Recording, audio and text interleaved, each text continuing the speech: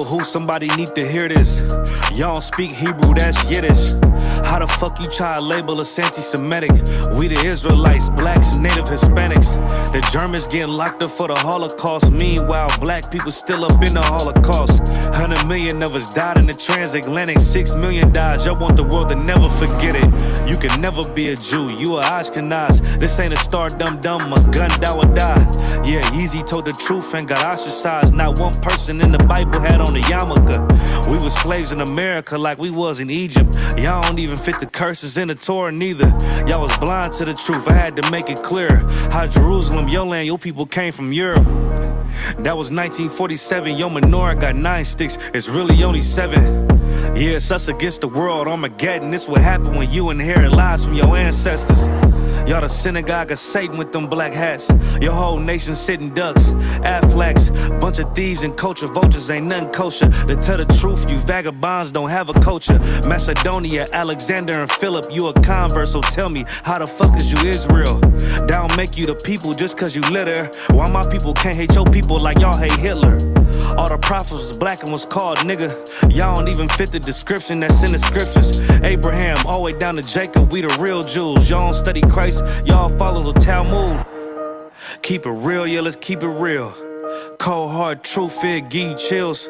Say y'all Jew-ish cause y'all ain't really them. About to do them like Hammond, it's the Feast of Purim. UPK undefeated, this an easy win. We was born fighting, y'all the evil twin. Jacob took hold of his heel, then out came his little red bastard and they kosher deals. It's only 12 tribes, y'all trying to make it 13. Esau despised his birthright, the Lord cursed him. He ain't the devil, who is? I'm still searching. Ask your rabbi, why he get them babies herpes? I don't know what's worse, that or you claiming that you a Maccabee. I'm about to cancel, everybody try to cancel ye. I ain't afraid to speak, this what I do. They riding to the core, I'm just judging them by their fruit. Cause they ain't suffering curses. If I was carnal, I promise I'd punch you in person. I know this an uncomfortable subject. They making millions off our culture and black people suffering from it. Yeah, they don't believe in Christ, they the Antichrist. Make a living off of niggas, they a parasite. I ain't afraid to tell the truth, niggas terrified. I'm about to go DEFCON 4, I ain't satisfied. That is proof. That is absolute proof that they know we are the real Jews. That's absolute proof. Now you got the records. Go find me a white Jew on any archaeology in Egypt anywhere. You will never find a piece of archaeology with white people as slaves in Egypt. So don't tell me that they were slaves and it's their identity and they know it. And another blasphemy of them which say they are Jews and are not. The Lord knows the blasphemy of you so-called white people that say you are Jews and you are not Jews. You are not the people of the law. You are not God's chosen people. God's chosen people are living in the ghettos of America. God's chosen people are in poverty and depression in the streets of America. God's chosen people are walking around in America with no identity. That's where God's chosen people are.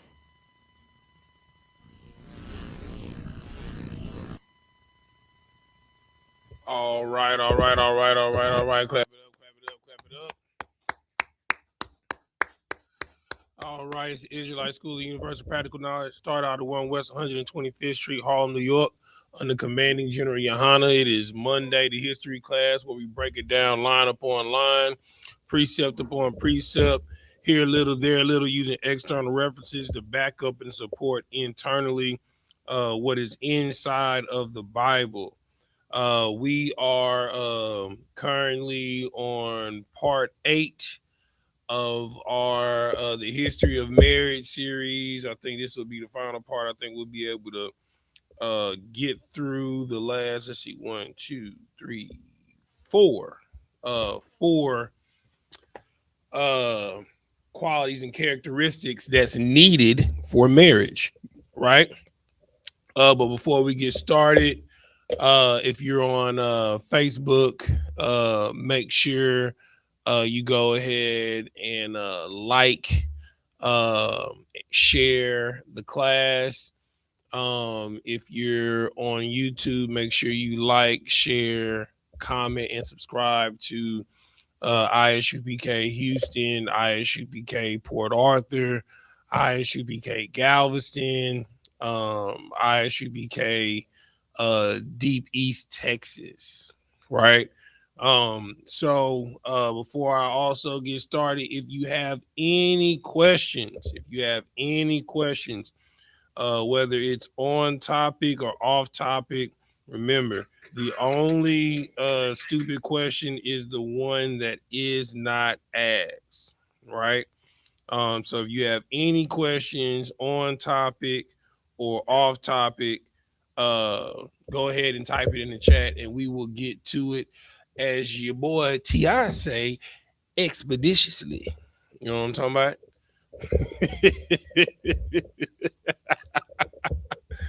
All right. So Paul, I didn't even get a chance to ask you when we came in. Did you have any questions from anything that you were reading this week, or anything that you saw in the news, or anything like that?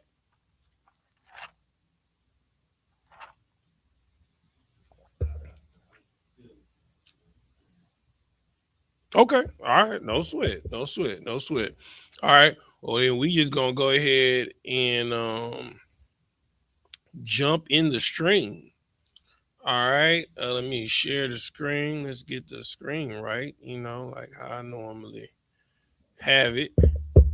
Zoom in a little bit and come to the center. All right. So we're gonna go to Galatians chapter 5 and verse 18. Right. So before let's see, might need to turn this camera a little bit. So Par, do me a favor real quick, bro. Turn this camera this way. Do it like this. Boom. Other way. Right there. Perfect. All right. All right. So the characteristics of in the history of marriage, right? So when we first started off this journey, the first thing that we went over is the number one reason why all marriages fail, or 85% of marriages fail within the first 5 years, which is communication, right? Communication is paramount. And as we go, and the reason why I spent 3 classes on communication, because as we go through the other characteristics that's needed for a marriage to flourish, you're going to see one of the main things that's needed in those characteristics is communication. That's why we spend so much time on it, right? So we're going to briefly go through everything that we've covered, the lead in where we left off. So if you got Galatians 5 and 18, go ahead and read. Come on, this is the book of Galatians, chapter 5 and verse 18. And this is, where we left off on the needs versus want subject matter. All right, go ahead. Come on. But if ye be led of the Spirit, ye are not under the law. Mm-hmm. Verse 19. First things you got to understand, right? When they say if you are led by the Spirit, you are not under the law, what that simply means is if you are following the law, statutes, and commandments, you don't have to worry about the punishments of the law, which is the curses, the judgments. Okay, keep reading. Verse 19. Now the works of the flesh are manifest. All right. So these are the wants, right? So the works of your flesh are the things that you desire, right? And 9 times out of 10,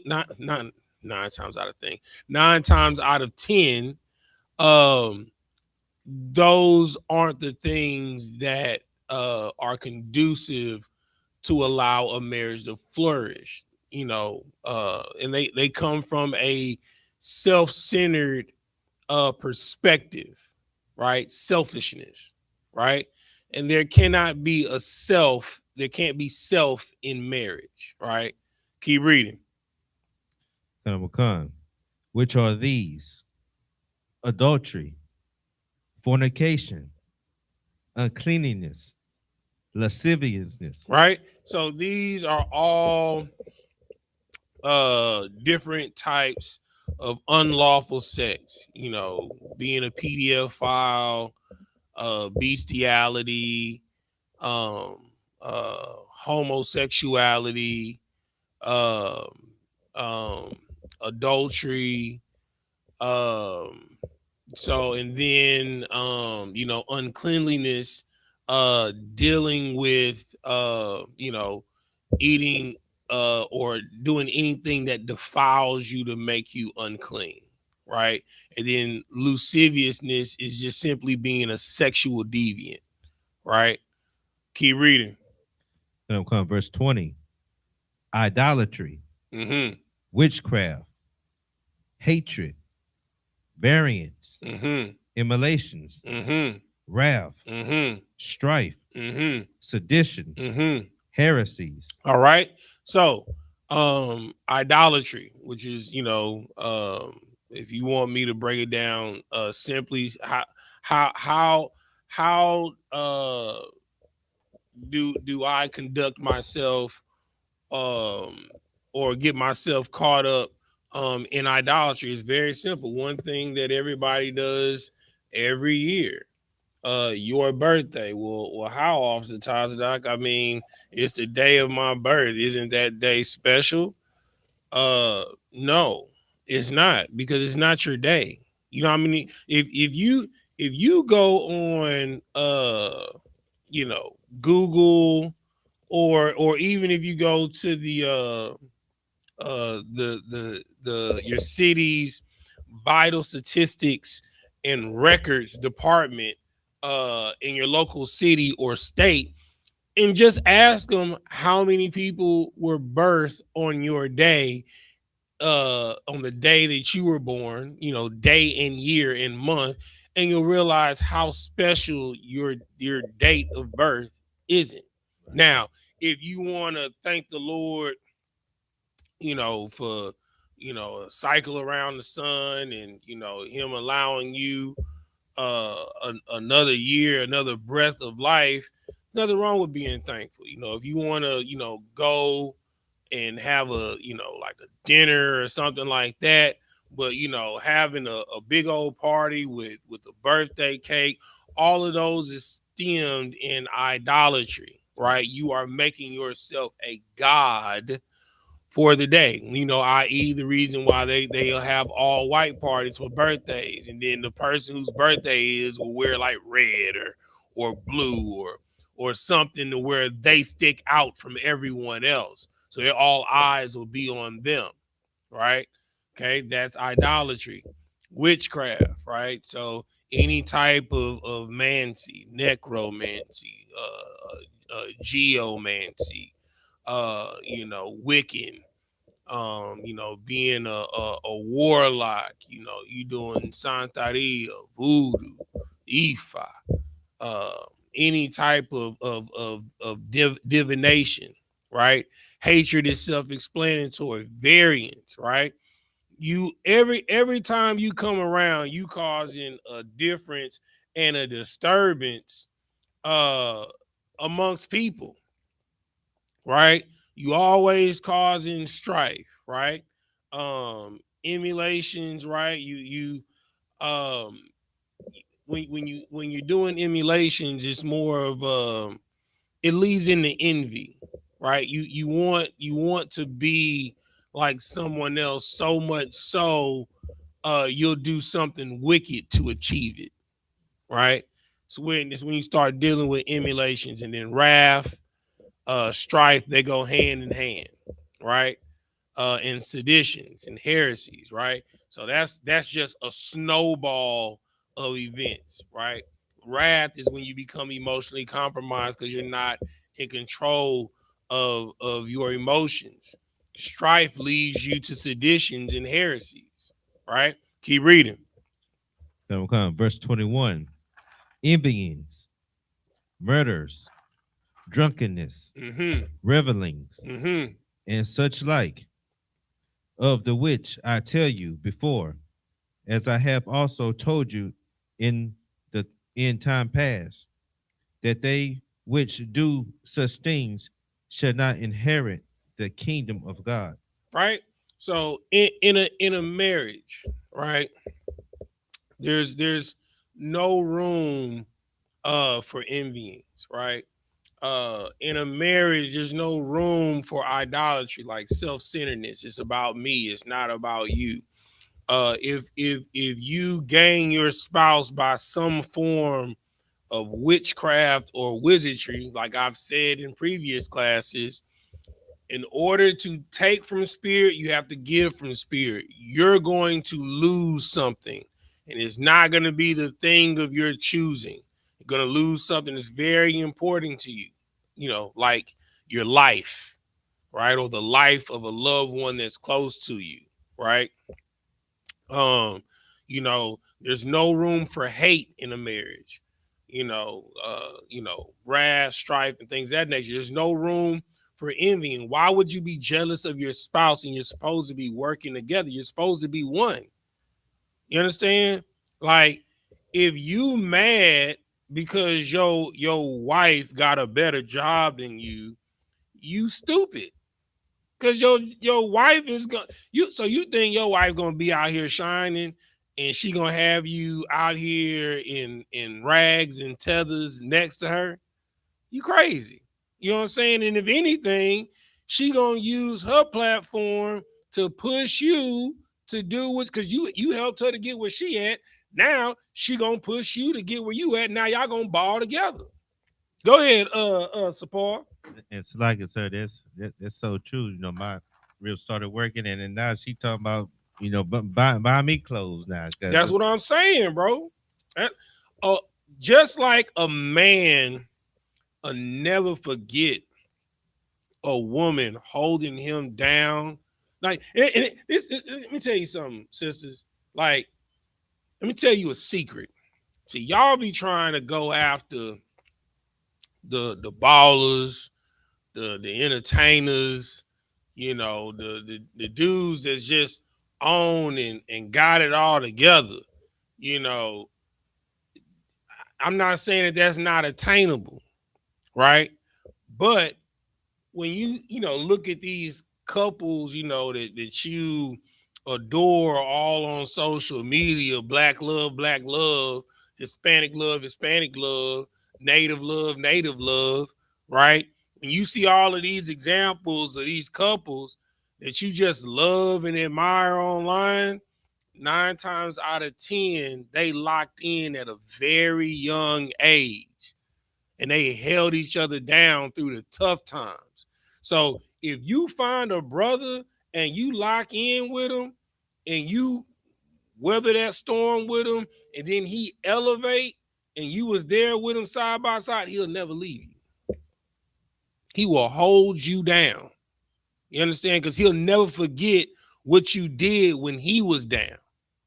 Right? You know what I'm saying? So, there shouldn't be any envyings, in a marriage, right? Of course, you shouldn't murder your spouse, right? That goes back to wrath, strife, seditions, and heresies, right? You don't know how to control yourself.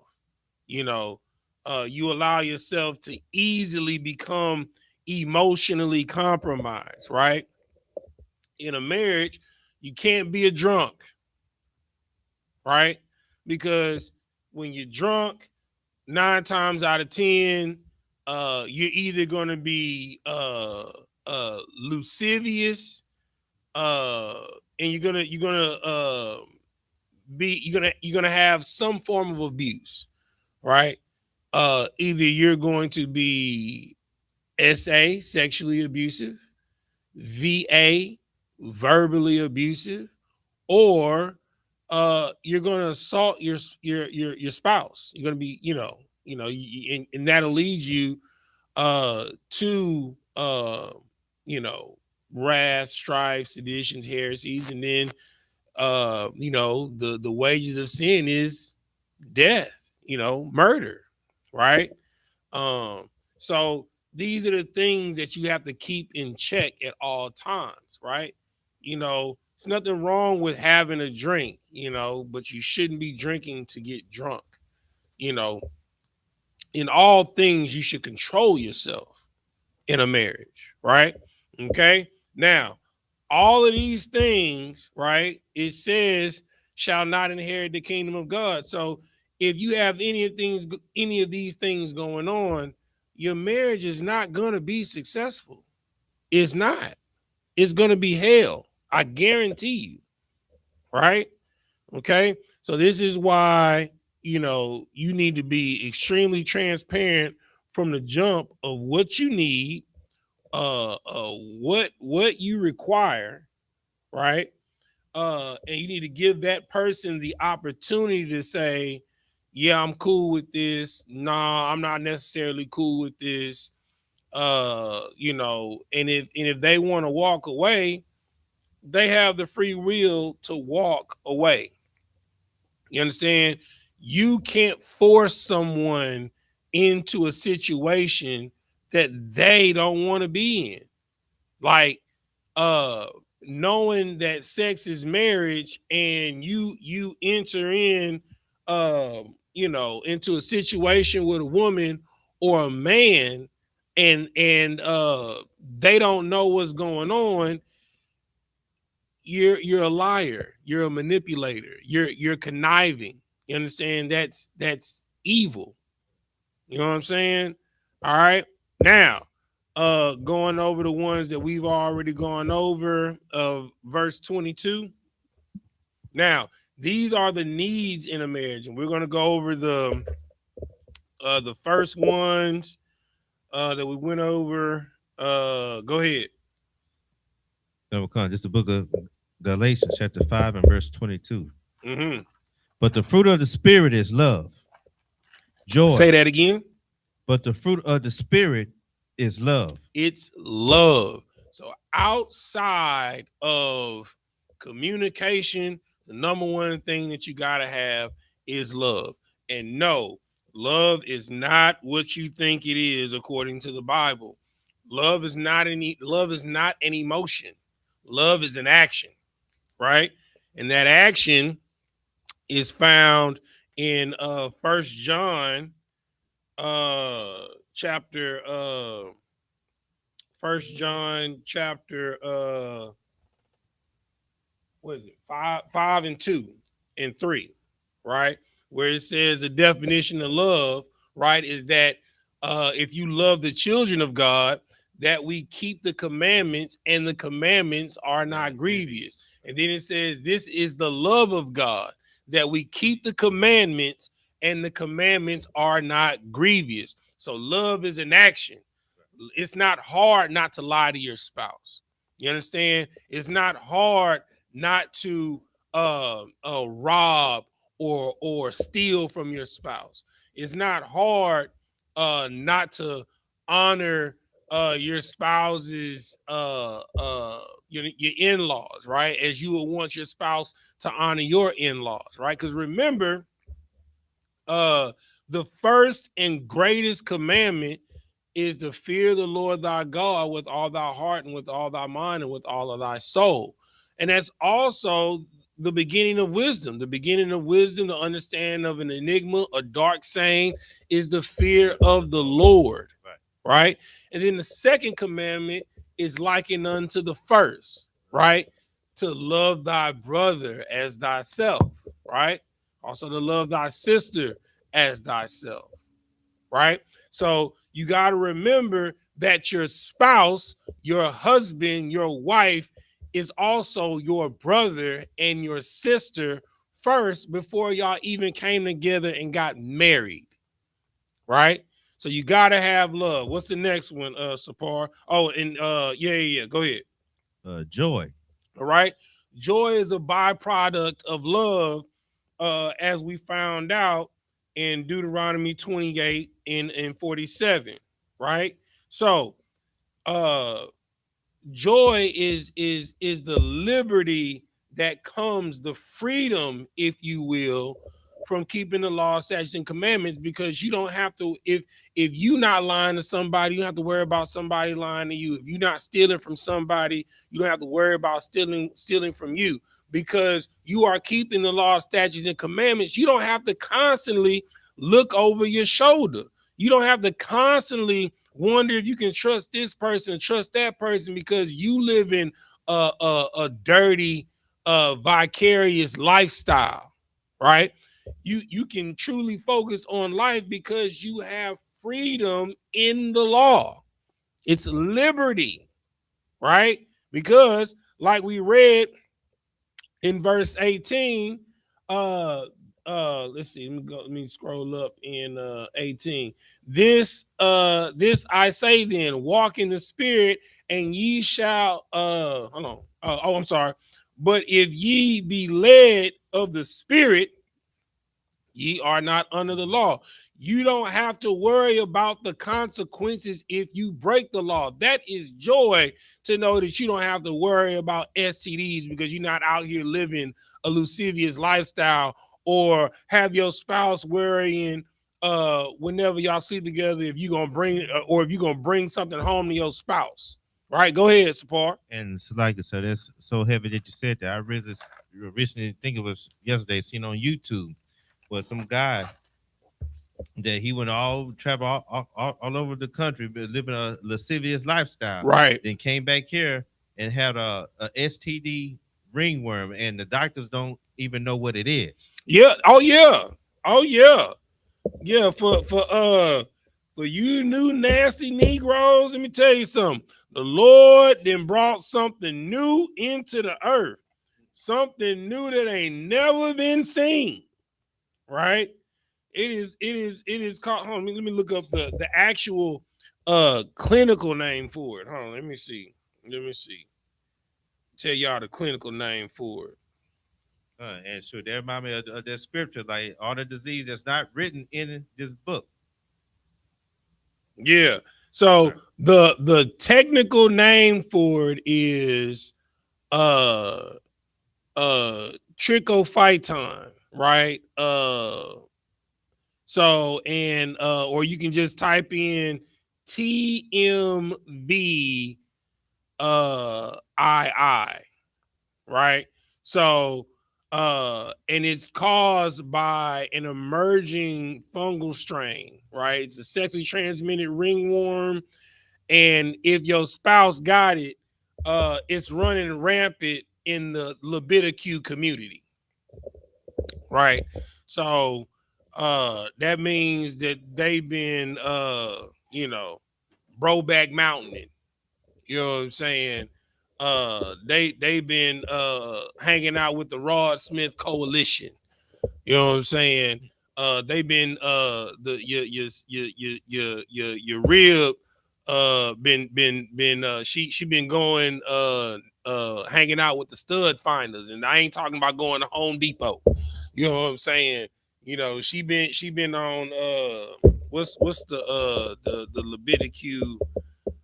I can't, because I don't so, but that is a common that is a brand new STD that is out right now. If you want to know the spelling of it, it is TRICHOPHYTON. It is a sexually transmitted wingworm, right? And they don't know how to treat it, and it is running rampant in the LGBTQ community. So if you with your spouse and they raise up their shirt, not only do you need to be like, what is that? You also need to be like, where have you been? You know what I'm saying? Because they've been hanging out poop shooting somewhere. You know what I'm talking about? So,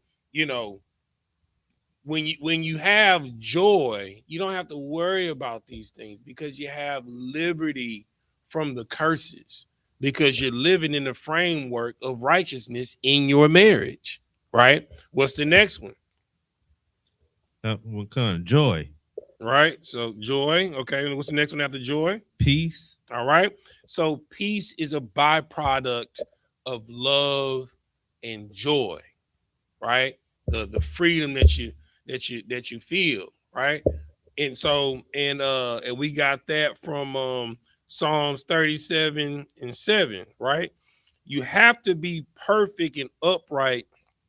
In the end, you shall receive peace, right?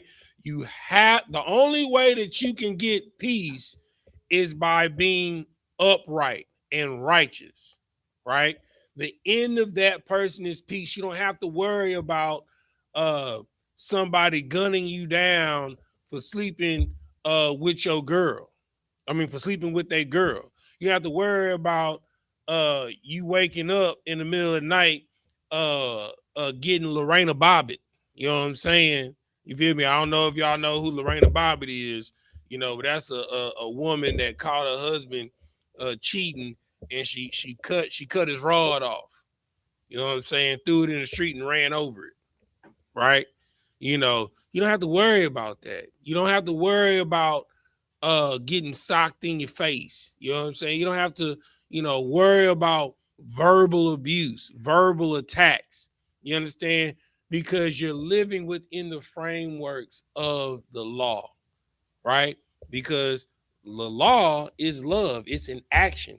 Because I don't want you to do this to me, I'm not going to do this to you, right? So, because of that, not only do we have the liberty and freedom in the framework of the law not to get the curses, so we have peace in the household. So every time I come home, it's like, hey, baby, it's like, hey, baby, you know what I'm saying? You know, you're hugging up on each other, you know what I'm saying? You can just worry about the meat and potatoes of matters, you know what I'm saying? The stuff that really matters. Y'all, you know what I'm saying? All right. Next one. Long suffering. Say that again. Long suffering. One more time, brother. Long suffering. Long suffering. Right? So, because you understand the law, right?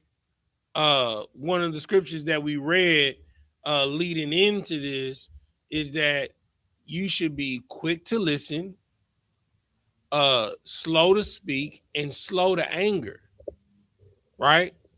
So you're not listening to your spouse to respond. You're listening, right, to hear the matter. You're listening to hear the offense. And yeah, it might be annoying to you. You might not care. It might be a small deal to you, but it's a big deal to them, right? And it's a lot of things that they suffer from you. So you, if you want that mercy, you gotta give it, right? And we got that understanding, and we went more in depth in more scriptures, but I'm just giving you core scriptures so you can write them down and refer back to them. 2 Timothy chapter 4, 1-4, right? Right. So you suffer long for your brother's sake, right? Because you have to understand, before you can say that someone has a beam or a plank in their eye, you have to first remember that you had one in yours. You can't tell somebody that they need to do this, that they need to do that, and you're not doing it either. That would make you a hypocrite, right? So when you're coming together in the first 5 years, it takes patience. And patience comes from long suffering, right?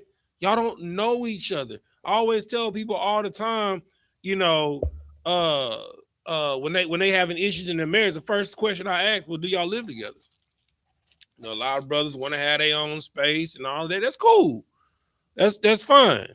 But I'm gonna tell you this: you are delaying the process of growing with your spouse, because you don't know who you married until you live with them, right?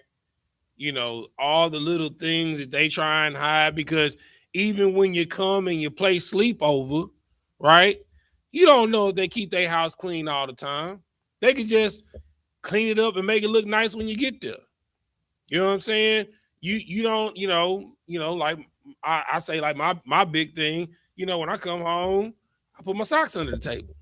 under the coffee table. It drives my wife insane because she says everything has its place, right? You may not be the best financially, right? But you won't know, your significant other won't know that until they move in with you and see how you handle the bills, how you handle responsibility, right? You know, you might have portrayed that you was the best cook in the world, but you was ordering from Mickey's and putting it in the oven, making it look like you cooked it, right? And you know, cooking may not be your strong suit, but you won't know that that's not your strong. Your spouse won't know until they move in with you, right? So when you live separately, you delay the growth in your marriage, right? Because you got to come together, right? And compromise, right? Now, if y'all choose to live separately, that's fine.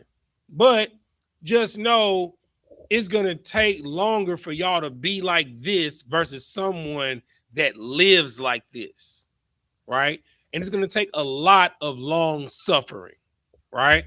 Okay. Go to the next one. I think this, oh, yeah, that's the last one we did. Go ahead. What kind of gentleness? Say that one more time. Gentleness. Okay. So I think it's the last one that we stopped off, right? Okay.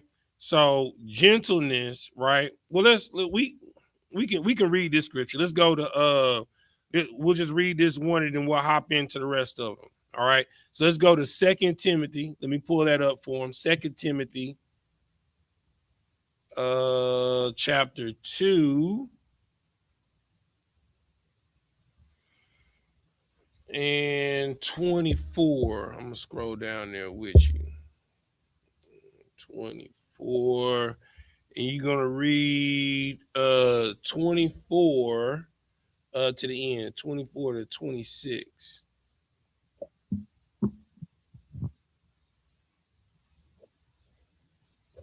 This is the book of 2 Timothy, chapter 2 and verse 24. And the servant of the Lord must not strive, but be gentle unto all men. Say that one more time. But be gentle unto all men. Start from the beginning. Verse 24. And the servant of the Lord must not strive. Well, let's back it up. Let's go to start at 21.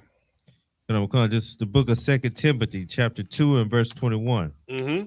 If a man therefore purge himself from these, he shall be a vessel unto honor. All right. So these are the things in a marriage that you need to purge yourself of for your marriage to be considered a vessel of honor. Go ahead. Sanctified and meet for the master's use, and prepared unto every good work. Flee also youthful lust. Say that one more time. Flee also youthful lust. Listen, I know, you know, a lot of us, we had, you know, crushes back in the day, old girlfriends, old boyfriends, you know, what we like to call the standbyers, right? The ones that's always on standby just in case things don't work out. You got to get rid of your youthful lust, right? You can't put new wine in the old skin, right? Before you fill your vessel with new wine, you got to first pour out the old wine. You got to get rid of the youthful lust. When I thought as a child, when I was a child, I thought as a child, but when I became a man, I put away childish things. Same thing for a woman, right? Keep reading. But follow righteousness. But do what? But follow righteousness. You know what I'm saying? So you got to flee from what you 9 times out of 10 doing the right thing does not it rarely feels good. Now, in the process of doing it, It hurts. But the end result feels good. But the initial action, it sucks. Because it's all, you always have to compromise for the other person. You always having to bend. You understand? You always having to, you know, step out of your comfort zone. That's what it is to be married. It is a 24/7, 365 doing things that you don't necessarily care about, watching things that you don't necessarily interested in, going on outings on things like, why the hell am I here? Because you love your spouse and you are long suffering it because they care about it. Because when you want to watch something that your spouse thinks is stupid, guess what? She gonna sit there and watch it with you. And you know, she think it's stupid, she gonna watch it. And what inevitably ends up happening is you end up getting into the show that you thought was stupid. You know what I'm saying? Like, look, go ahead, Sapar. Slugger, that's most of the case, but when she watched The Housewives, I just can't get into it. Brother, listen. When me and my wife first got married, brother, she would watch Family Feud every day. You know what I'm saying? And I didn't get it. You know what I'm saying? But after a while, Steve Harvey started asking questions. I'd be like, "It's this, it's that." No, this is the number one answer. Right. You know what I'm saying? I'm yelling at the screen with her. You know what I'm saying? So that's what ends up happening. Right? When you compromise, you really end up start becoming one, because her wants and likes become your wants and likes. Your wants and likes become her wants and likes, because y'all are constantly giving yin and yang, push and pull, right?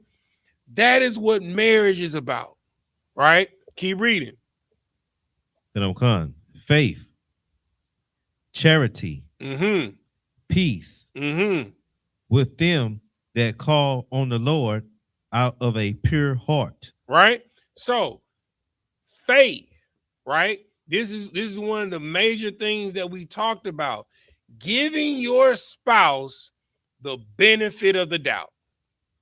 Having faith that they're doing what they're supposed to be doing, right? That time when you're trying to reach them and the phone going straight to voicemail, and it's 2:30 in the morning, right? 3 in the morning, right?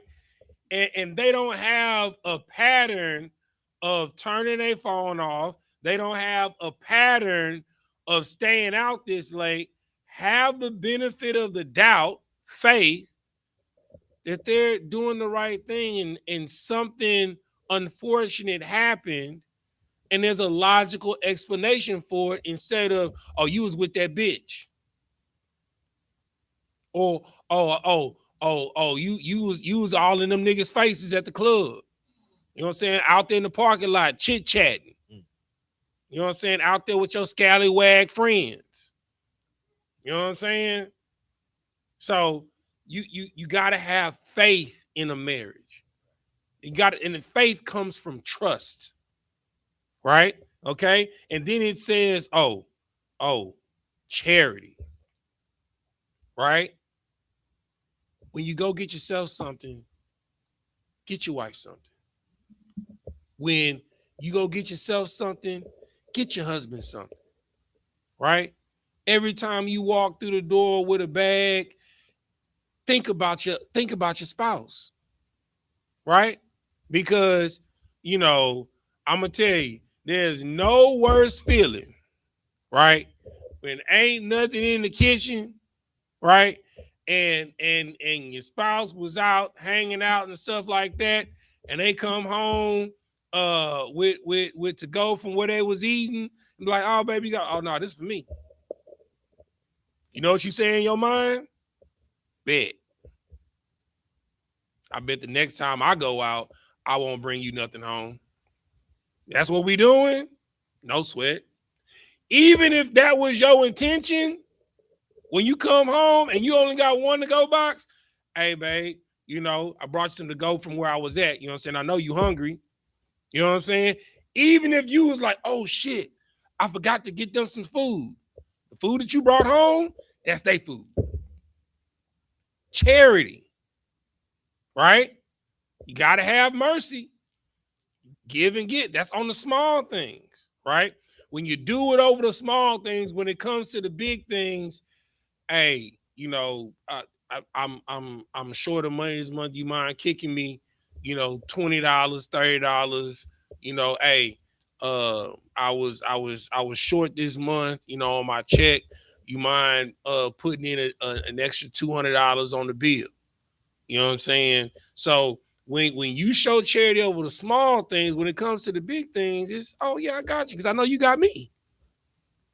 That's how it's supposed to be, right? And then we already went over what peace is, right? Okay. Verse 23. Khan, this is the book of 2 Timothy, chapter 2, and verse 23. But foolish and unlearned questions avoid. Say that again. But foolish and unlearned questions avoid. Like a fool utters his whole mind. A wise man or a wise woman bridles their tongue. No one knows you a fool until you open your mouth, right? So if you know someone's a fool, why would you argue with the fool? Because from a distance, no one will be able to tell the difference between the two, who's wise and who's foolish. So avoid foolish arguments. Avoid them. Avoid foolish conversations all the way together. Because at the end of the conversation, your spirit's going to be vexed. Right? Keep reading. Knowing that they do gender strifes. I just said it. Keep reading. Now we at 24. Verse 24. Mm-hmm. And the servant of the Lord must not strive, but be gentle unto all men, apt to teach, patient. Right? So this is telling you what gentleness is, right? So a person that is gentle is apt to teach and patient, right? Just because something comes swift to you doesn't mean that it comes quick to someone else, right? You know, you gotta be patient, bro. You know what I'm saying? Especially with your woman, right? Sisters, you may be a lot quicker on the mental processing than your husband. You know, you didn't hit variables A through Z, you know, in a matter of 5 minutes, and he's still on option B. You gotta be patient. You can't get frustrated, like, oh my God, like, why do we have to go through this every time? Because they haven't gotten it. But the moment that they get it, that's it. They got it. You don't got to worry about it no more. Right? That's what gentleness is. The same patience and apt to teach that you are with a child, you need to be with your spouse. Keep reading. Verse 25. In meekness. Say that again. In meekness. Say that again. In meekness. Instructing those that oppose themselves. Right? So gentleness comes from meekness, right? So it says instructing those that oppose themselves. What do you think that means? Make it extremely simple. In a marriage, what is a commonality thing for men? I'll do it for men. How does your woman oppose themselves? It happens every day. Like is that as in being arrogant? Oh, simpler than that, simpler than that. Just real. How does a woman oppose themselves? Shoot, You gonna laugh when I tell you what it is, but talking too much. that is a way that they oppose themselves. But it's something simpler than that, right? When y'all getting ready to go out on the town, how does a woman oppose herself? Oh yeah, she go put on her best clothes. But when she putting on her clothes, what does she do? Shoot, she be talking in the mirror. Look. What she be saying in the mirror? Shoot, she gonna shut him down tonight. No, nah, that's after she put it on, right?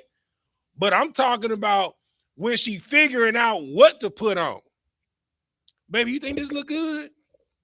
You think I look good in this? Baby, what you think about this? I don't know about this one. I don't like how these earrings look with this. You think these shoes match? These two different browns. No. I'm taking everything out. I'm doing something completely different. You know what I'm saying? I'll be like, well, hurry up. No, you can't do that. You can't do that. Right? Now she don't want to go. That's why it says in meekness, instructing those that oppose themselves. Baby, you think I look fetish? Nah, baby, you look good. I like the way that ass look in them jeans. You know what I'm saying? It's sitting right. You know what I'm saying? You gotta talk them through it. You know what I'm saying? So it's like a kind of pander a little bit. Yeah. You know what I'm saying? You gotta help them, huh? You gotta coach them through it. You know, like, look, my wife gotta be matchy. Like I'm telling you, if it's this type of gold, well, let me get, because you can't see it in the mirror. Here we go, bam. If it's this type of gold and this type of gold, she ain't gonna wear it. That's two different golds. You know what I'm saying? And I'll be like, no, baby, it's a contract. No, I don't like it. It don't look good. Well, baby, go ahead and put the whole thing on. Let me see the whole thing on together. Let me see if it worked. You know what I'm saying? And she put it on. She look in the mirror. She do her little walk. I was like, okay, baby, walk that way. Let me see you. You know what I'm saying? Like, no, baby, you look good to me. You look bad. You sure? You think so? Hell yeah. Shoot, I'm knocking it down tonight. And then she laughed, you know, and then boy, stop playing. You crazy. You know what I'm saying? But that is a small instance of an example in marriage when it says in meekness, instructing those that oppose themselves. Now, sisters on your side, right? When your husband is feeling insecure about where he is in life, right? And he knows that you deserve more, right? And he wants to give you the world, but he's frustrated because everything that he's trying is just not panning out. What do? Baby, it looked like you real deep in thought. You okay? You be like, yeah, I'm straight. Now, man is not really boisterous about his emotions, especially when it comes to his insecurities, right? That's when you be like, baby, let's go out. He be like, man, I don't feel like going out. No. It's this spot that I saw on TikTok. You know what I'm saying? They got these crazy looking drinks. You know what I'm saying? And then that's when you get in his face with the crazy TikTok videos, cheering up. Baby, don't this look fun? Baby, come on, I want to try this out. I want to try it out with you. You get him out of the house. You get him out of that funk. You know what I'm saying? Y'all go somewhere that's lively, got some good music, good energy. You know what I'm saying? Nice punch bowl like drinks. You know what I'm saying? And then, you know, you cracking jokes and all of that, stroking his ego, you know, at the bar. And then when you get home, you rock his world. That's how you talk them through it. That's how you coach them through it, right? And then you look them in the eyes and you're like, baby, you know I love you. You know I ain't going nowhere, right? You know I got your back. Anything that you want to do, I'm here. We gonna do it. You just tell me what you want to do. And we gonna lock in. Because like you was there for me, I'm here for you, baby. That's what you got to do. That's how you coach them through it. Just like brothers, that's how you coach her through it. You got to do it in meekness. You can't be like, man, hurry up and get dressed, man. I've been down here waiting all night. Well, guess what? You're going to be waiting longer. Or guess what? Like my wife said, she ain't coming. Right? You can't talk down on a brother like, dang, man, I thought we'd be further off at this point. Like, I mean, we 6-7 years in. Damn, we don't got a house yet. You don't think he think about that every day? In meekness, you got to instruct him through it. Maybe he or she has such tunnel vision on a matter that they can't see the options that they have.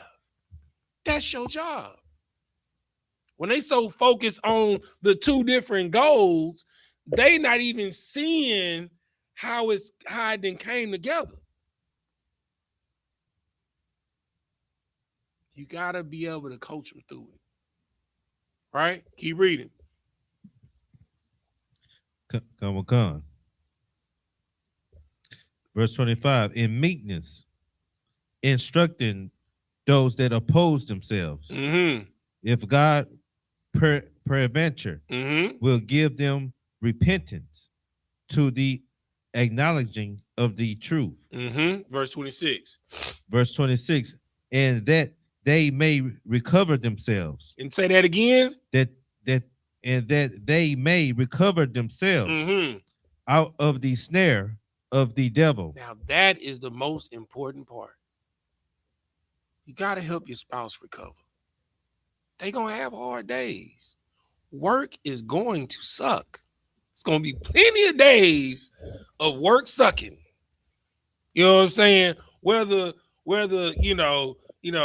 me and Sapar, we feel Negroes. You know what I'm saying? He in the warehouse. I'm out in the inclement weather. You know what I'm saying? You know, when we come home, we want to chill. We don't want to do nothing. We want to relax. You know what I'm saying? We want to kick back. You know what I'm saying? And when we have hard days, we have hard days. You know what I'm saying? We come home all sweaty and all of this or whatever. You know, it's the sun cooking that warehouse. You know what I'm saying? The sun beating down on me. You know what I'm saying? Or in the winter, whatever temperature it is outside, it's like 10 degrees colder inside of the warehouse. Right. You know what I'm saying? Or me being outside getting torrential rained on. You know what I'm saying? And when you come through that door, you just like this. Like Keith Lee. He's just sitting there like, you know what I'm saying? Or for my sisters, you know, they got administrative clerical jobs and your supervisor's getting on your last nerve. You're gonna have them days. You know, if you got kids, your kids is gonna drive you insane. You gonna have your days. But when your spouse has their day and you having a good day, your job is to help them recover themselves. You're not to internalize it and personalize it and make it about you because they not necessarily in a talkative mood. Maybe they just want to decompress and chill. And once they get the bull up out of them, then they're gonna be talking and, you know, hey, how was your day? And all, but you got to give them time to decompress. And if they in the mood, you got to give them the opportunity to wade through them emotions. You know, oftentimes I got the famous 3 questions. Hey, baby, you okay? They say, okay, I'm okay. Okay, cool. Next question. Are we okay? You like, yeah, we good. Last question. Are you hungry? You know what I'm saying? And if you know your spouse had a hard day, had a meal ready. You know what I'm saying? Like, hey, baby, I know you had a hard day. Food on the stove or food in the microwave. You know what I'm saying? I got a beer for you. Your favorite beer in the refrigerator. Or, baby, I went and got your favorite wine from the stove. It's chilling on ice in the freezer. You know what I'm saying? Go ahead, take a shower, decompress. You know what I'm saying? Everything's set, ready for you to go. They're going to take their shower. They're going to be quiet. They're gonna come in and get their food. They're gonna eat. They're gonna sit in their favorite corner on the sofa. And then you sitting over there, and then all of a sudden you're gonna feel somebody grab your hand. Ain't a word been spoken, but the love is there. Because you honor them how you would want them to honor you if you were having a tough day. You help them recover themselves. Just like if you were having a tough day, you would want them to help recover yourself. That's gentleness. That's what I'm saying. Like, silence speaks volumes. Silence can be deafening. You know, brothers, you know what I mean. You come in, you're like, baby, you good? I'm good. Baby, no, I'm straight. Well, baby, don't you? No, I got it. I did it already. You know, they didn't ask you to do something a million times, you know, and they really been counting on you to do it, you know. No, I went and got my own oil change. No, you know, I finally picked up all the socks.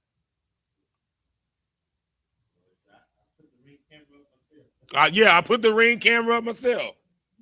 You know what I'm saying? You know, oh, and Lord forbid, don't let your wife say, yeah, I hired some boys from downstairs to put the TV up. And she been asking you to put a TV up for years. You got it laying propped up on the wall, sitting on top of the entertainment center. Type of man is you. You know what I'm saying? Right. You know? So you have to learn how to be gentle. Right? And the key is what it says in verse 25, in meekness instructing those that oppose themselves, coaching them through it when they're in self-doubt, because everyone has those days. All right, now let's go back to where we were in Galatians to go to the next one. Let's see, what was it? Galatians 5. No, that's Ephesians. That's not Galatians. Ties it out.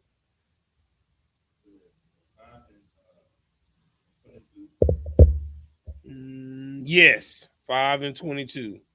So what's the next one after gentleness? Goodness. Goodness, right? My goodness, right?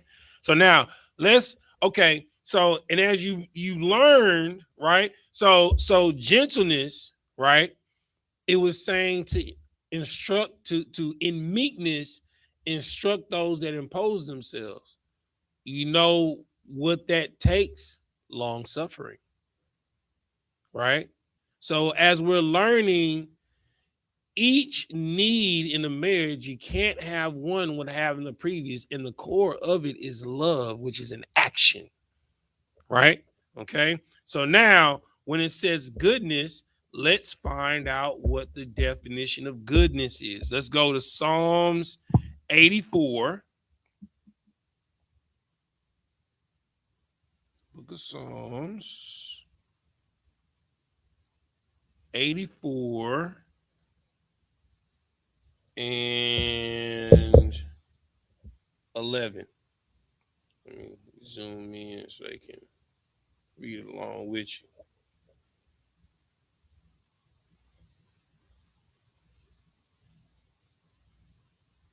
When you got to go ahead and read it. Okay, this is the book of Psalms, chapter 84 and verse 11. Mm-hmm. For the Lord is a sun Mm-hmm. and shield. Mm-hmm. The Lord will give grace and glory. No good thing will he withhold from them that walk uprightly. Right. So, goodness is a byproduct of walking uprightly. Right? So, the good thing is what you receive from the Lord. It's a gift. Right? You know, you come home and your husband got your flowers, right? It's a byproduct of you walking uprightly as a wife, right? Or you come home and your wife bought you a PS5. It's a byproduct of you walking uprightly as a husband. You know what I'm saying? You come home and it's some brand new Jordans for both of y'all. Y'all got matching Jordans. It's a byproduct. The goodness, the materialistic things that you get, the gifts, they're a byproduct of walking uprightly, right? Because those gifts wouldn't mean anything if they were wicked or evil towards you, right? Because my boy Benny the Butcher, he got a song, How You Want to Cry, in a Honda or a Maybach. How about let's just not cry? You know what I'm saying? So, you like when you, a gift means nothing if you constantly spitting in my face. It means you playing me for a fool. You manipulating me, and what eventually is going to happen, you're going to enact wrath, strife, seditions, heresies, envying, right? And I'm gonna tell you, I came across something of a very profound thing that a woman said today. She was giving advice, and it's sound advice for both men and women, right? Nothing will stoke your wife or husband to envying, wrath, and jealousy than you giving the temperance, the patience, the understanding, the energy to another man or woman that they've been asking you for months. Because they've been tolerating it because they just thinking that you're just unable to do it. But when they come across, when y'all out and about and someone comes across and you just freely give that energy, oh brother, sister, you got an argument and a fight on your hand coming. Whole mood and energy shift gonna be in that car. You know what I'm saying? It's gonna be like oxygen being sucked out of that car. Y'all gonna be driving home and you're gonna be able to hear a rat piss on cotton in that car. And you're gonna feel something wrong, be like, you good? Yeah, I'm straight. You good? Apparently. And you gonna be like, bro, like, why are you tripping? Shoot. I don't understand why you don't. No, this is what they gonna say. You must think I'm a fool. Because you giving me all of the excuses of the world why you can't do this, why you can't do that. This person walk up is, hey, what you need? Hey, how you been? You're being cute, you're being present, you're being inquisitive, right? You're being meek, you're giving offerings, you're paying. I ain't never got a compliment.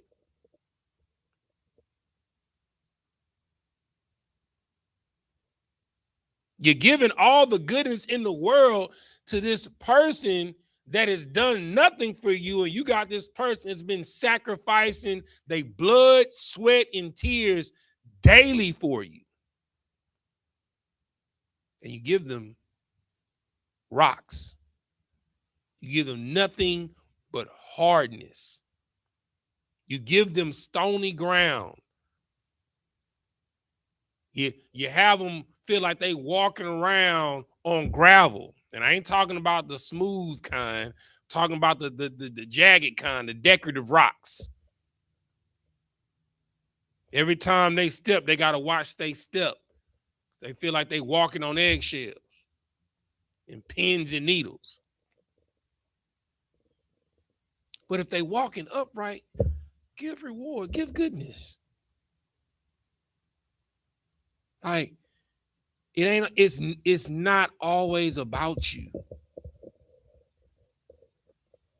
You're not the only person that has bad days. They have and if they have a bad day too, oh, God forbid y'all have a bad day on the same day.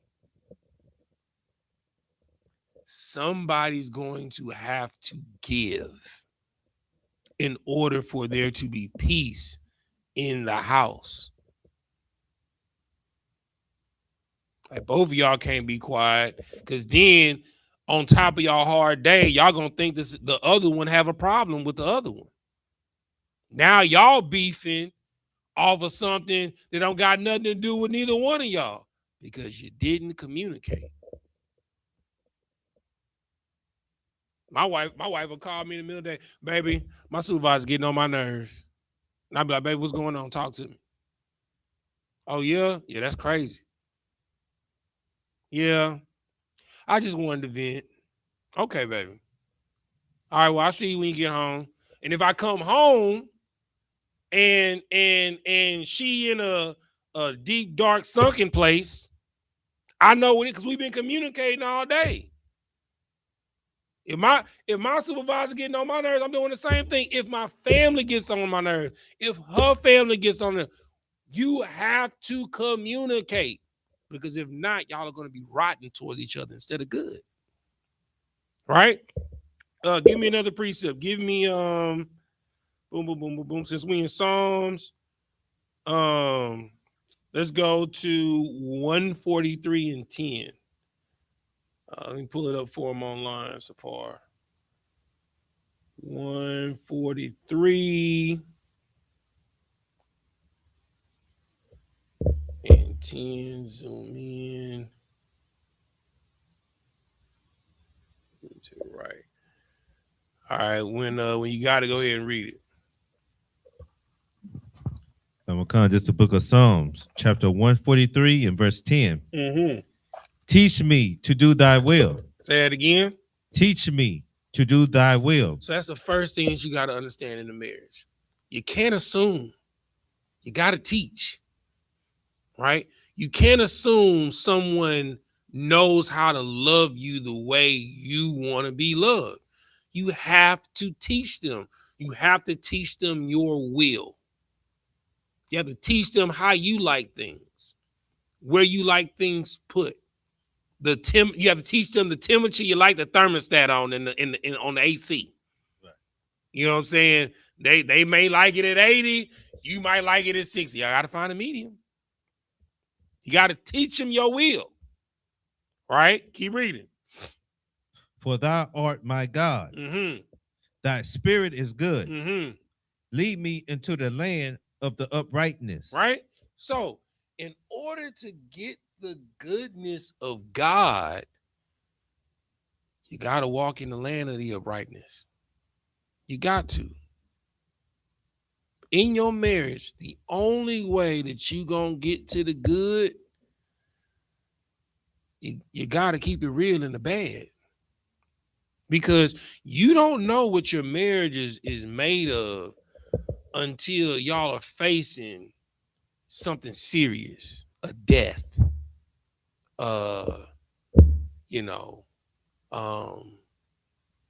savings accounts being drained, refrigerator being barren, You know, you got more month than money. You know what I'm saying? A car breakdown and y'all down to one vehicle, right? And you know, you gotta be at work for 6. They don't gotta be at work for 8. So both of y'all gotta get up at 4:45, 5 in the morning. Because they gotta take you to work so that they can get to work on time. And then you gotta pick them up from work.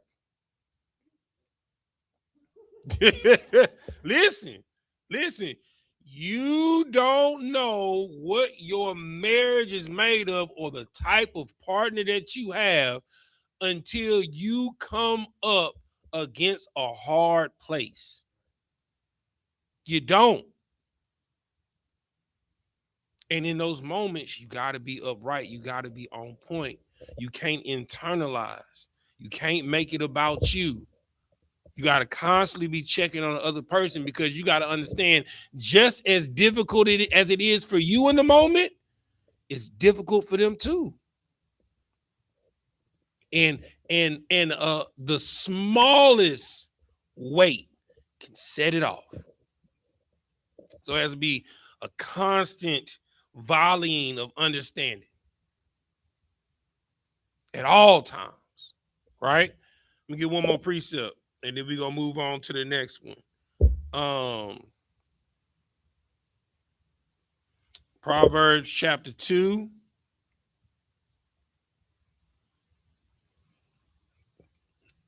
And go there with you. Proverbs 2. We're gonna start. It's a verse. You're gonna read verses 6 and 7. Let me zoom in so they can read along with you. All right, go ahead. Mm-hmm.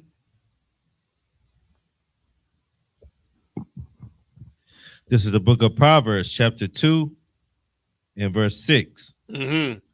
For the Lord giveth wisdom. Mm-hmm. Out of his mouth cometh knowledge and understanding. Mm-hmm. He layer up sound wisdom. He layeth.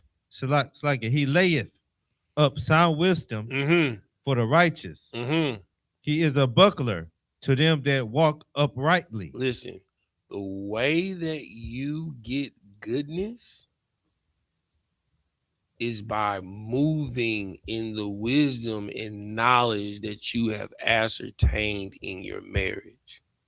Every day you got to download. When your spouse shares with you something that is uncomfortable for them, that got to be registered. Every time your spouse expresses something that offends them, that got to register. Every time your spouse says that something annoys them, that got to register. Because the same consideration that you want to receive, you got to give. Like, nobody wants to constantly be giving, and they're just gonna feel like they just used up. And then the moment when you finally get it, you finally want to start giving back, it's too late.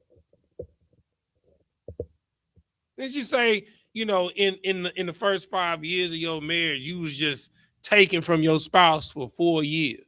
And then in year 5, you know, somebody spoke to you and something finally sank in.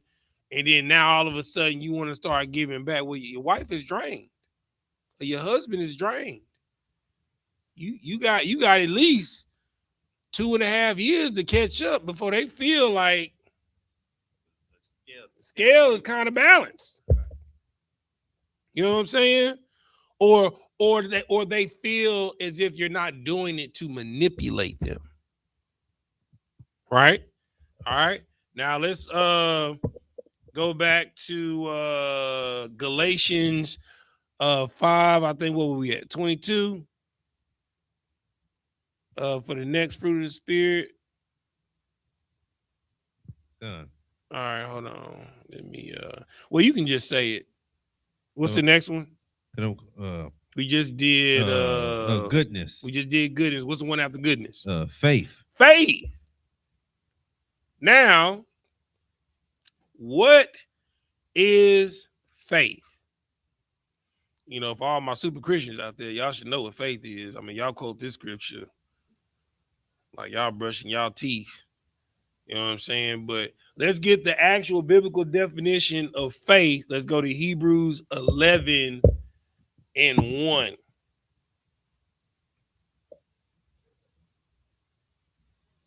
When you got it, go ahead and read it.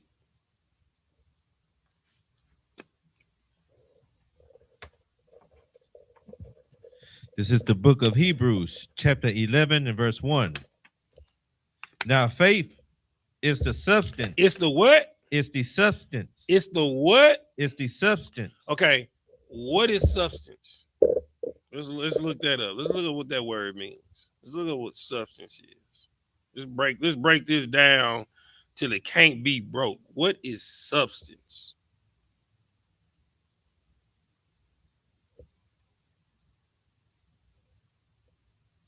What does the word substance mean?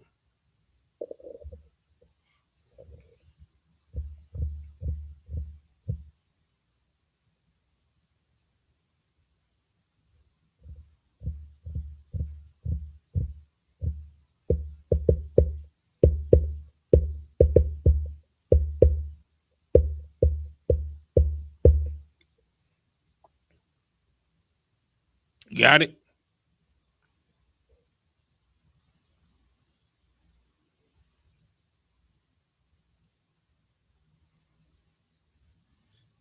Khan did the Google definitions that in the Bible, substance generally refers to material wealth and possessions.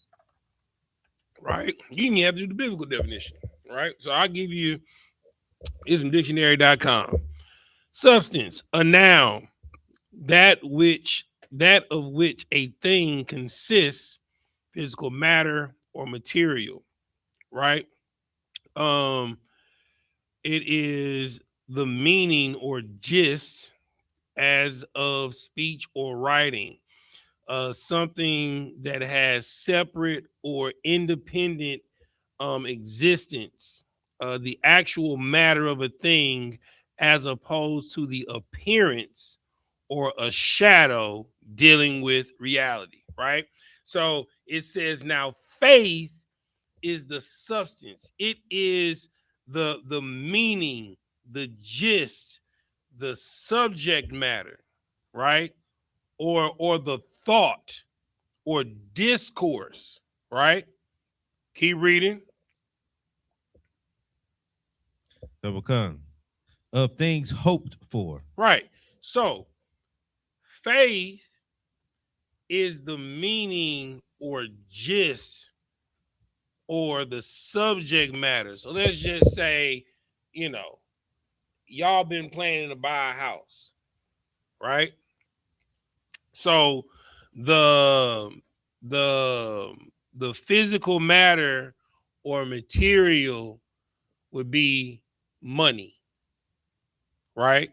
The meaning or gist or thought in discourse, right, would be y'all talking about fixing your credit, right? Right? So it's the substance of things hoped for. So you're saving money and you're fixing your credit in hope to buy a house, right? Keep reading. Hoped for the evidence of things not seen. Right. So you're doing these things like y'all want 4 acres of land. You want a 4-bedroom house, 3-bath, 3-car garage with a pool and a hot tub in the back. You know what I'm saying? And a barn with some, you know, with some horses. You want a beehive somewhere so you can get your honey. You know, you want all of this, right? So you're doing what's necessary, right? You're collecting the physical matter, which is the finances. You're saving up the money for your 3.5% down on your FHA, first time home buyer.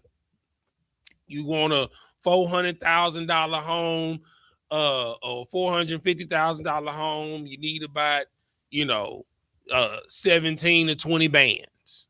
You know what I'm saying? Saved up. Down payment. As a down payment. You know what I'm saying? And y'all need at least 620 credit score, both of y'all. You know what I'm saying? Because unless y'all doing it now, another way you can do it, y'all each get a property in each of y'all names. You know what I'm saying? And now y'all got 2 properties, right? Before, if y'all haven't came together on paper.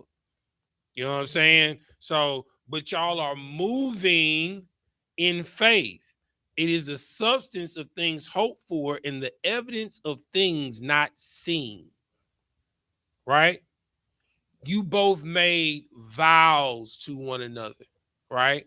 When you come together, when you lay with your wife, you're saying that I'm going to honor you, protect you, and love you in action, in deed, by keeping the law, statutes, and commandments, as long as we both shall live until death do us part. So, by you coming together, y'all coming together, y'all having sex is the substance, right? Because if you don't the only way a marriage is binding, I don't care what state you live in, it's by consummation.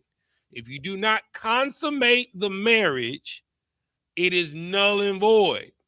Like, if we, like, say for instance, we was in the world, and we went and got married, went on a honeymoon, and we didn't have sex, and we just argued the whole time, and we come back, we can go right before the judge and say, excuse me, Your Honor, I want to be divorced from my wife. Like, what was going on? We got married, we went on vacation, and we didn't have sex, we didn't consummate the marriage. They're like, no problem, no divorce, it's annulled. It's as if it didn't happen. Right? Which lets you know, if that's on the law books, that lets you know that sex is marriage. Right? So the substance of the thing, right, is y'all coming together, y'all having the sex, right? For the evidence of things not seen. You coming together with this man or this woman because you think that they your everything. And you think that this person is the best thing since sliced bread, and this is your person. This person is going to love you, hold you, be there for you, be your counselor, your chef, your mechanic, your washateer person, whatever. You know what I'm saying? Your therapist, your best friend. You think that this is the person. At least that's what you're hoping for. That's what faith is. So you're trusting this person. Faith is trust. You're trusting by sowing this seed, it's not going to fall by the wayside. It's not going to fall on stony ground. It's not going to get choked up by youthful lusts of this world, but that it's going to fall on fertile ground and yield 30, 60, 100, 300 fold of what you yielded into the ground. That's what faith is, right? Now, let's see. I mean, that's the definition of faith that you need. I got a couple of other ones. You can write these down in your book for precepts. Proverbs 25 and 13. And then Proverbs 28 and 19, right? What's the next fruit of spirit? That they giving us that you need in marriage. So let's go back to Galatians 5. I think we use in 22. What's the next one after faith? It's like it. It's the top of 23, and it's meekness. Is what? Meekness. It's meekness, right? And we know that because when it was talking about gentleness, right? It says that you have to be meek in instructing those that oppose themselves, right? So it told you in the definition of gentleness that you had to have meekness, right? So let's find out what it means, the definition, the biblical definition of meekness is.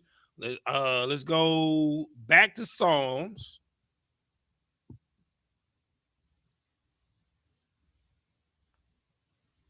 '22.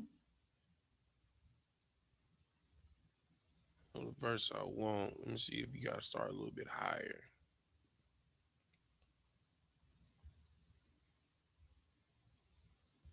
Yeah, no, you can just go straight to it. All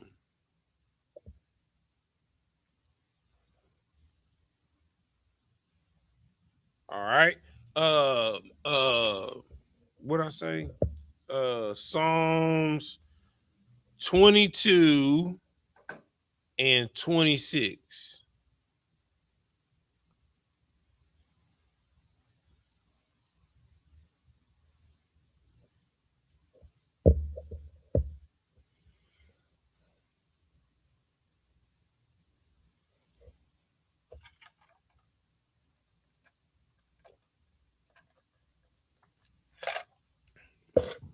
I'm gonna come. This is the book of Psalms, chapter 22 and verse 26. Mm-hmm. The meek shall eat and be satisfied. They shall praise the Lord that seek him. Your heart shall live forever. Right. So in order to be meek, you have to seek the Lord. Scripture says, seek ye first the kingdom of heaven and all of his righteousness, and then all of these things shall be added unto you.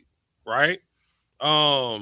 Give me Psalms 25 and 9. Got a couple of them we're gonna go through in Psalms. And go there, 25, verse 9. Start in verse 8. The book of Psalms, chapter 25 and verse 8. Mm-hmm.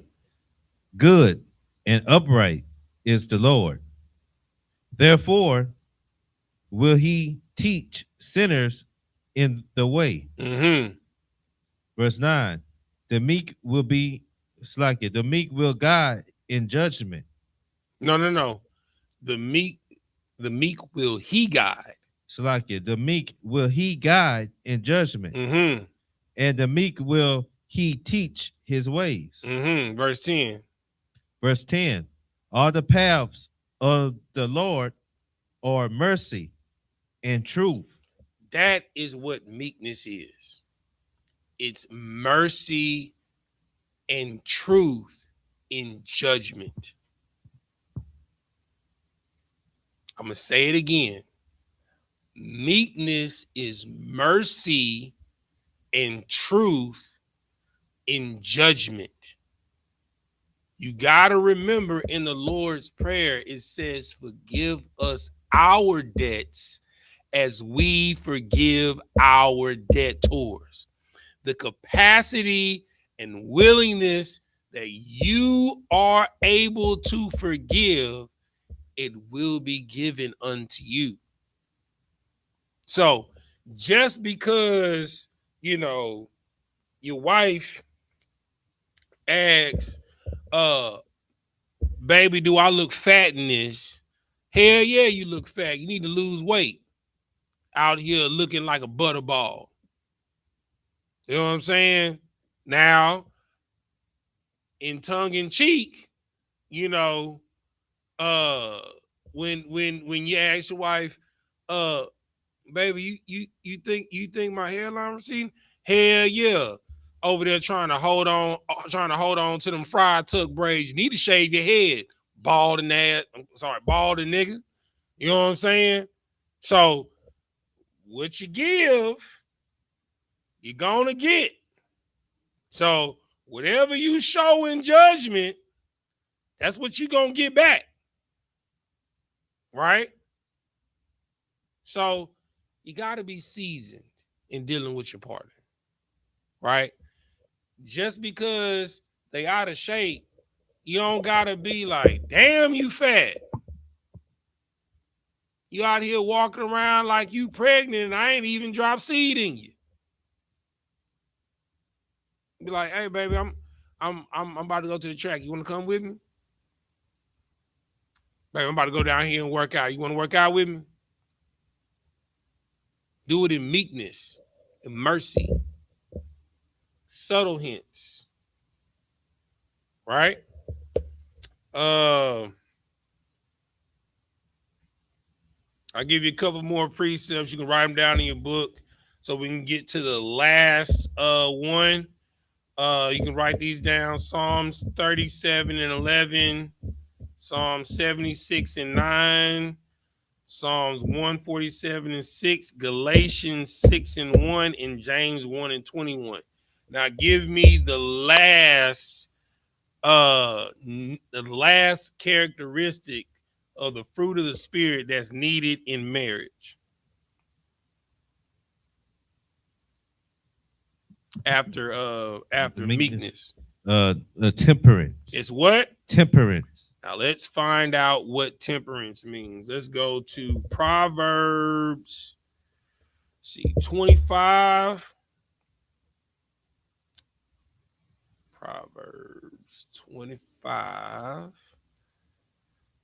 And I know it's 28. I might have you start. All right, so Christ man, fall down for wicked is a true fountain for spring. All right, yeah. So verse 28.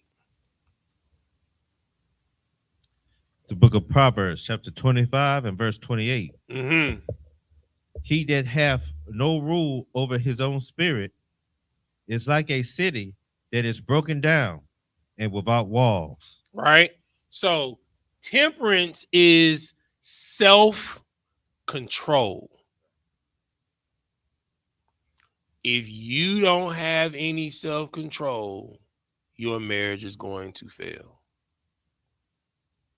You do not have to utter everything that comes to your mind in dealing with your spouse. Yeah, your spouse is going to say stupid stuff. They're going to put their foot in their mouth more times than you can count. But you don't have to call them stupid. You don't have to call them ignorant. You know what I'm saying? You don't have to call them slow. You know what I'm saying? Like you have to have self-control. And it starts in your communication. If you don't know how to control your tongue, the tongue is one of the smallest organs in the body, but it's one of the most powerful because the tongue can destroy, just like it says.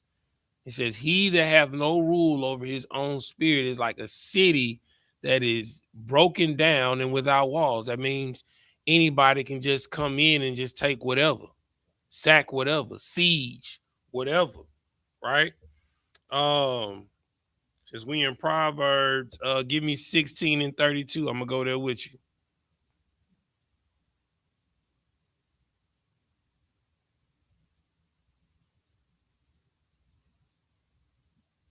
16:32.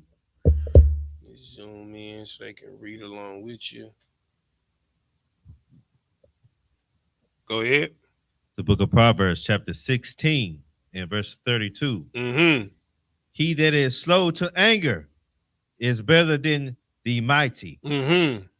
and he that ruleth his spirit than he that taketh a city. Listen, let me tell you something. Like, the person that is able to be pushed and pulled is what we call a mark.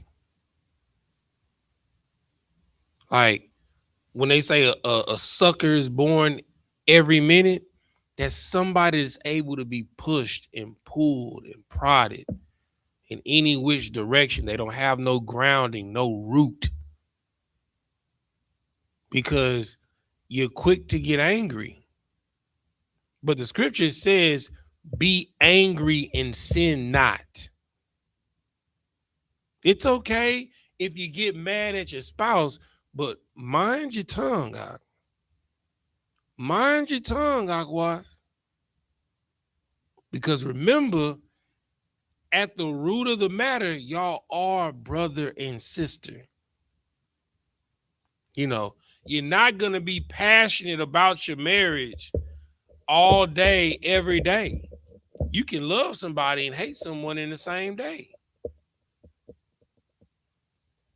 But as long as you remember the honor and respect in your marriage, you'll be fine. Yes, I'm angry with you, but I will not disrespect you. So I need time. Let me take this moment to step away, cool down, and then we can talk about it when I get back. That's temperance. Right? Let's see, it's 58. Let me get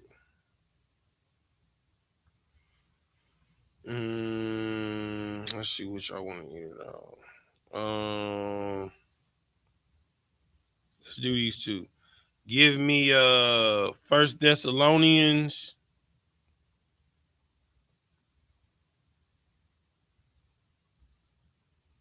First Thessalonians 5 and 6. You're gonna read the 9. Khan, this is the book of 1 Thessalonians, chapter 5 and verse 6. Mm-hmm. Therefore, let us not sleep. Do what? Therefore, let us not sleep Mm-hmm. as do others, Mm-hmm. but let us watch and be sober. In your marriage, you gotta always be on point. Just because it's cool somewhere else, it may not be cool in your house. That's why communication in the beginning is so important, right? So just because such and such let their wife do it, sis, your husband said no. Okay? If a brother in the school let his wife wear this and your husband say you can't wear that, guess what? You can't wear it. You know what I'm saying? Just you know, and I tell brothers this all the time, right? When you get counsel, you understand? When you get counsel from General Hyman, even the Commander General YAHANNA gives you counsel, or any of the generals give you counsel. The captain over your region gives you counsel. The camp leader over your zone gives you counsel. You gotta understand something. You're not General Hyman. You're not General Mayak. You're not General Shalimar. You're not General Kathumgabar. You're not Commanding General YAHANNA. And their wives are not your wife. So the message in the counsel that you receive, that is correct. But how you present it, It's not what you say, it's how you say it. You may not have the seasoning that General Muhammad has to say it how he said it. You need to use wisdom. You may not have the wisdom and seasoning of a Captain Kahan Thumb Yard. You may not have the wisdom and seasoning as a Captain Mashak or a Captain Nayathak. You have to present it in a way that you know is palatable for your wife, because you know the scripture says that your wife is the weaker vessel. We're all logic, they're all emotion. So you have to take that into consideration. So when it says right here, therefore let us not sleep as others do, but let us watch and be sober. Keep reading. Because I'm calling verse 7. For they that sleep, sleep in the night, and they that be drunken are drunken in the night. I don't care if her husband allow her to go out and get plastered. You better not go out there and get plastered. I don't care if this brother's allowed to do this and this is cool with however their household is set up. That may not fly in your household, Doc. And it all comes back to what you communicated when y'all courted. Don't go out there, and I'm going to say this, brothers and sisters, don't go out there and get embarrassed. Because if you shame your husband or if you shame your wife, best believe they going to shame you. You got to have the same consideration going both ways. Act in public as if your spouse is next to you. If you cool with how you acting because you think that they cool with it, cool. If not, you should watch yourself. Keep reading. Verse 8. But let us who are of the day be sober, putting on the breastplate of faith and love, and for an helmet, the hope of salvation. Verse 9. Verse 9. For God hath not appointed us to wrath, but to obtain salvation by our Lord Jesus Christ. Wrath should not be your first mindset in marriage. It should always be in faith and love and hope, right? Giving the benefit of the doubt, because it comes from love of the law, statutes, and commandments, right? And then the last one we're going to do, and we're going to get up out of here, give me 1 Corinthians 10 and 13.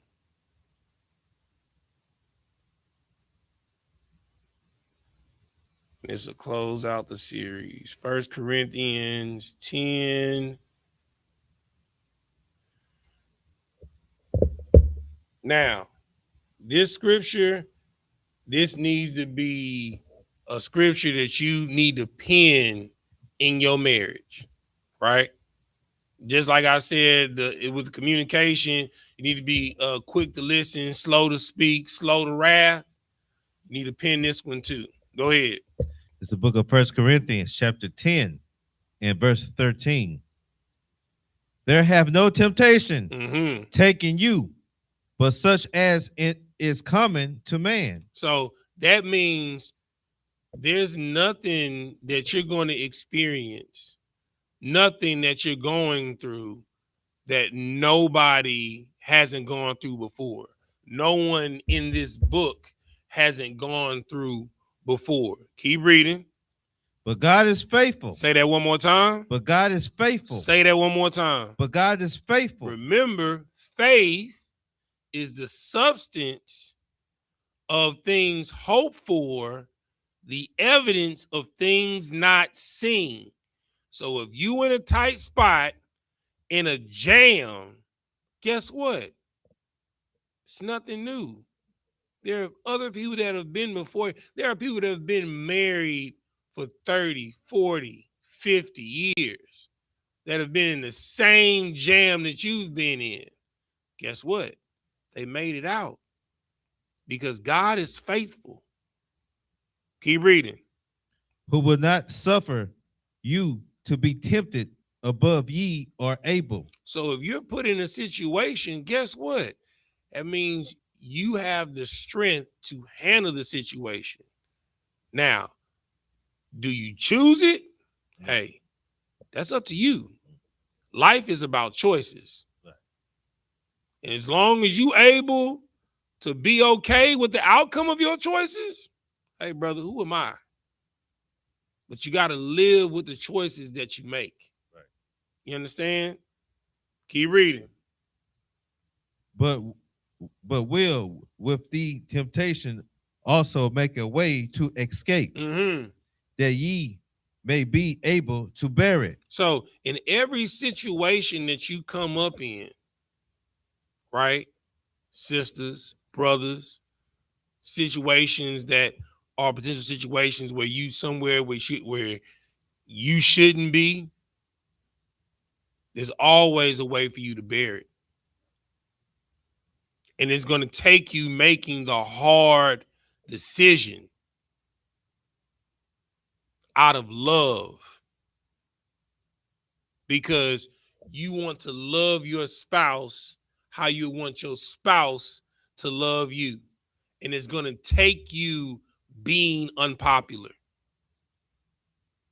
You may not be able to go to Baddies weekend in Tulum because they're going out there to do debauchery. And you know the girls that they didn't invite it that's coming, you know they not up to no good. And they don't got no man. They coming out there to get loose. So it might not be wise for you to go. Now you're going to be tempted because Tulum been on your bucket list to go. And your best friend is going on this trip. And you know whenever y'all go somewhere, it's a good time. But the company that she keeping that's coming, it's not going to be a good mix. Brothers, you got to watch the company you keep, man. You can't invite everyone to your home. Your home is a place of peace, a place that's sacred, a place where your woman can let her guard down, right? Don't treat your house like a frat house to where your wife don't feel comfortable in her own home and she a prisoner in her bedroom every day. You got to watch the company you keep.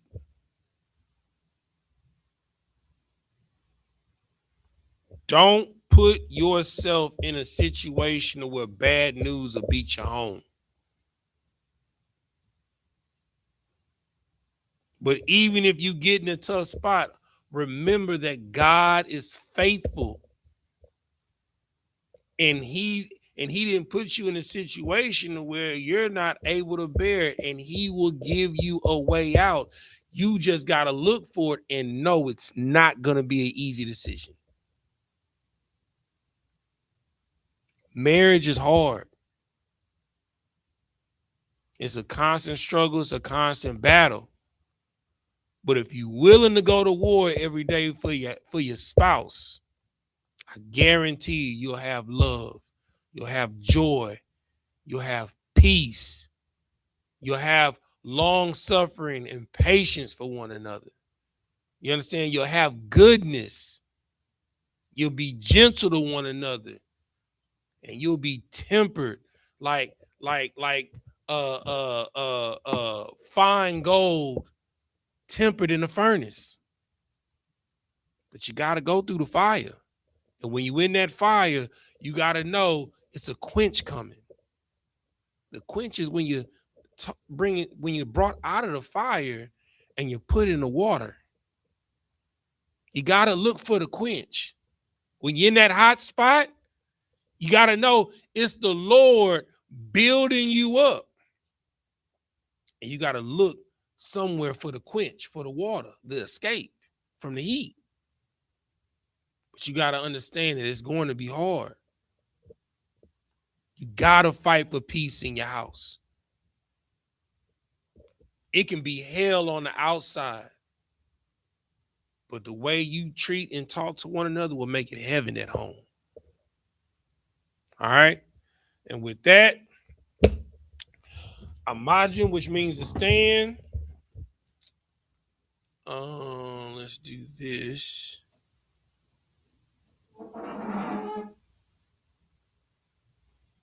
Sar, which means to turn and face the east.